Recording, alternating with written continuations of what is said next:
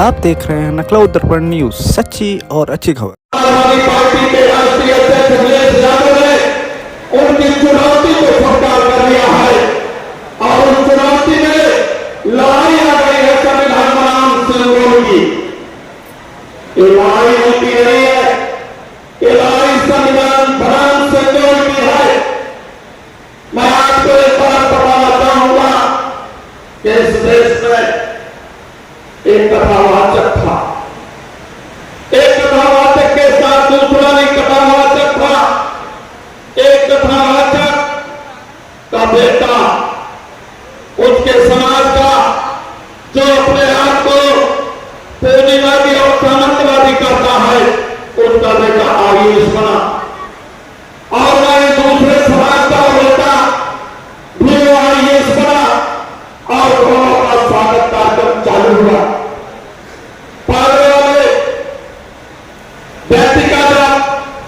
उसका स्वागत शुरू हुआ, सभी लोगों ने इतनी माला फूल दिया, इतने अच्छे से गुलदस्ते दिए। सब लोगों ने कहा मेरे प्यार मोहब्बत से तुम कलेक्टर बन गए हो।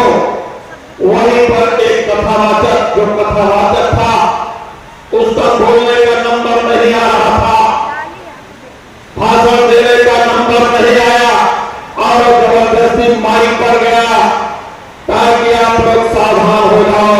तुम लोगों ने इसको कलेक्टर नहीं बनाया है, इसको कलेक्टर हमने बनाया है।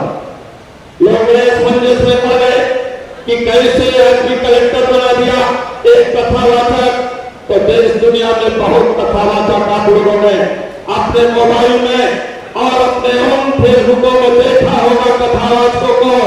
तो कथावाचक कहा एक डॉक्टर बाबा साहब भीमराव अम्बेडकर के लोग हैं, उनके पास 32 पीएचडी की डिग्रियां हैं और पीएचडी की डिग्री लेने वाला जब हम लोगों के बीच में दहाड़ेगा तो एक कलेक्टर नहीं 12 कलेक्टर पैदा हो जाएंगे। लेकिन मैं कथा सुना करके इन लोगों को गुमराह करता हूं, पाखंड में ले जाता हूं, इनके समय को बर्बाद करता हूं, इसलिए वो कलेक्टर नहीं बन पा रहे हैं। अगर मैं उनको गुमराह न करता तो तुम्हारा बेटा कलेक्टर न बन पाता। वो कथावाचक था। दूसरी तरफ हमारा जो कथावाचक था, जो आपका कथावाचक रहा, और कथावाचक बाबा साहब डॉक्टर अम्बेडकर भी है और इनके समाज का पीढ़ी का बेटा जब संयोग से आयोग की परीक्षा को पास किया तो बाबा साहब ने उनको बुलाया और कहा बेटा तुम अकेले कलेक्टर बन गए हो, अकेले तुम्हारे कलेक्टर बन जाने से समाज नहीं सुधरेगा। तुम एक काम ऐसा करो कि तुम बहुत से कलेक्टर पैदा कर सकते हो, तुम्हें ताकत है, ज्यादा से ज्यादा कलेक्टर पैदा करो। तो समझ नहीं पाया, मैं तो इसका महाराज हूं नहीं, कैसे कलेक्टर पैदा कर दो। तो बाबा साहब ने सुझाव दिया तुम आईएएस बन गए, कलेक्टर बन गए हो, रुपया पैसे की कमी नहीं है तुम्हारे पास, तुम्हारे पास चमचमाती हुई गाड़ियों की कमी नहीं है। अगर गाड़ियां कभी बन जाए तो हमको कह देना, मैं कुछ गाड़ियों को देखा कर दूंगा, लेकिन महीने में एक दो बार जरूर अपने गांव की उस पगडंडियों को जाओ जहां पर तुम्हारी मां अपने बच्चों को गोद में लेकर के बच्चे का लालन पालन कर रही है। कहीं हमारी बातें मिलेगी कि जहां पर जानवरों को घास देते हुए मिलेगी, कहीं हमारा नौजवान भाई सड़कों पर खेलते और गिरते हुए मिलेगा। और जब तुम्हारी वो गाड़ी चमचमाती हुई गांव की पगडंडियों में जाएगी तो गांव की हमारे माता और बहनों में, पितृ बुजुर्गों और भाइयों में लालच पैदा होगी, जिज्ञासा पैदा होगी। और जब जिज्ञासा पैदा हो जाएगी एक कलेक्टर नहीं, पता नहीं कितने कलेक्टर पैदा हो जाएंगे। वो आदमी वही किया और आज की तारीख में उस गांव में आप प्रवेश कर जाओ, कोरोना के गांव में, तो आपको आईएएस और पीसीएस के अलावा कोई नहीं मिलेगा। आज वही संदेश देने के लिए हमारे बीच में हमारे सभी नेता लोग आए। कितनी अच्छी अच्छी बात बात है। और कितने आप लोग अच्छे अच्छे लोग हो कि उनकी बातों को निश्चित रूप से अपने जगह में हिम्मत करने का काम किया। हमें केवल सुनने का ही काम नहीं करना चाहिए, हमें प्रश्न भी करना चाहिए। जिस दिन आप प्रश्न करना सीख जाओगे उस दिन इस देश पर आपकी हुकूमत होगी और किसी की नहीं। प्रेसीज का है जो कथावाचक जो हमको गुमराह कर रहा था वो सेंदूर वाला था, जो कथावाचक हमको गुमराह कर रहा था वो सेंदूर वाला था, और जो कथावाचक अनेक कलेक्टर पैदा करने की बात कर रहा था वो संविधान वाला था। वो संविधान और लोकतंत्र आज खतरे में है, उसकी बचाने की जिम्मेदारी और बेड़ा उठाया है माननीय राष्ट्रीय अध्यक्ष अखिलेश यादव जी ने। क्या इस बेड़ा में, क्या इस चुनौती को आप लोग भी स्वीकार करते हैं? कितने लोग स्वीकार करते हैं?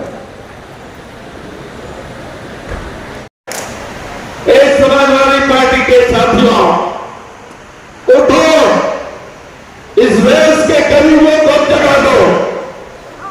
उठोगे कि नहीं? स्वामी विवेकानंद जी ने कहा था, उठो, इस देश के गरीबों को जगा दो। एक छोटी सी चिड़िया को बाघों से लड़ा दो और जिस खेत से मैसर न हो रोटी उस खेत के आसियाने को जला दो, उस खेत के आसियाने को जला दो। लड़ाई लड़ना पड़ेगा, भूचाल लाना पड़ेगा। इस सिंबल का हल्का फुल्का नहीं है। पुराने संसद को बदल करके नए संसद में इन्होंने सिंबल स्थापित किया है और देश का संविधान और पूरे विश्व का सबसे बड़ा लोकतंत्र भारत का उसको खतरे में डाल दिया है। और सबको ओबीसी SC के आरक्षण को समाप्त कर रहे हैं। इनको एक सीख मिली। हमारे सभी नेता, माननीय नेता लोग जानते हैं, इनको एक सीख मिली।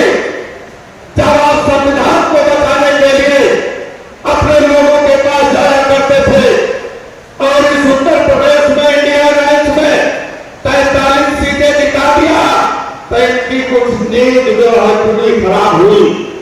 ये अब कह रहे हैं कि अरे संविधान है और संविधान रहेगा। ये कह रहे हैं कि संविधान है और संविधान रहेगा। तो एक सवाल है कर लेना कि जो इनका सिंबल है उसमें तुम्हारा स्थान क्या है?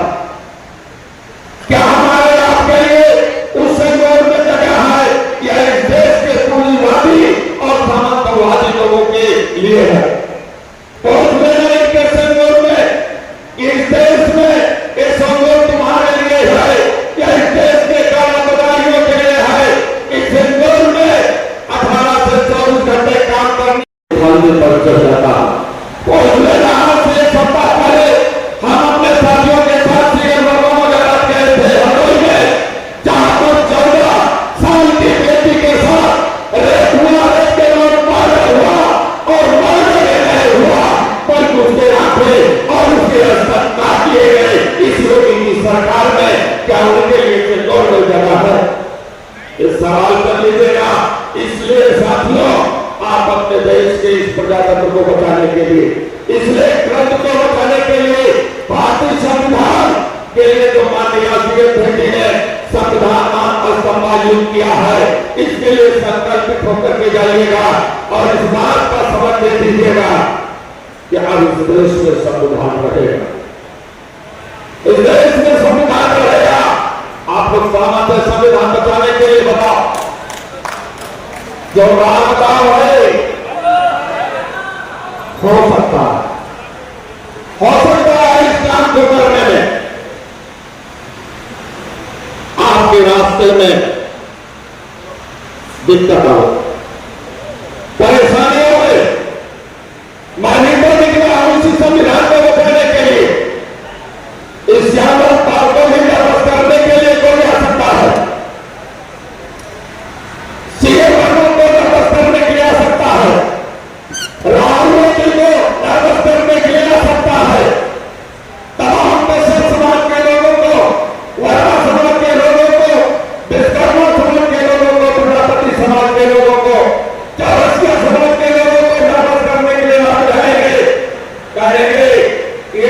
छोटी छोटी घोड़ैया बात से लाने जा रहे हैं, सामंतवादी से लाने जा रहे हैं।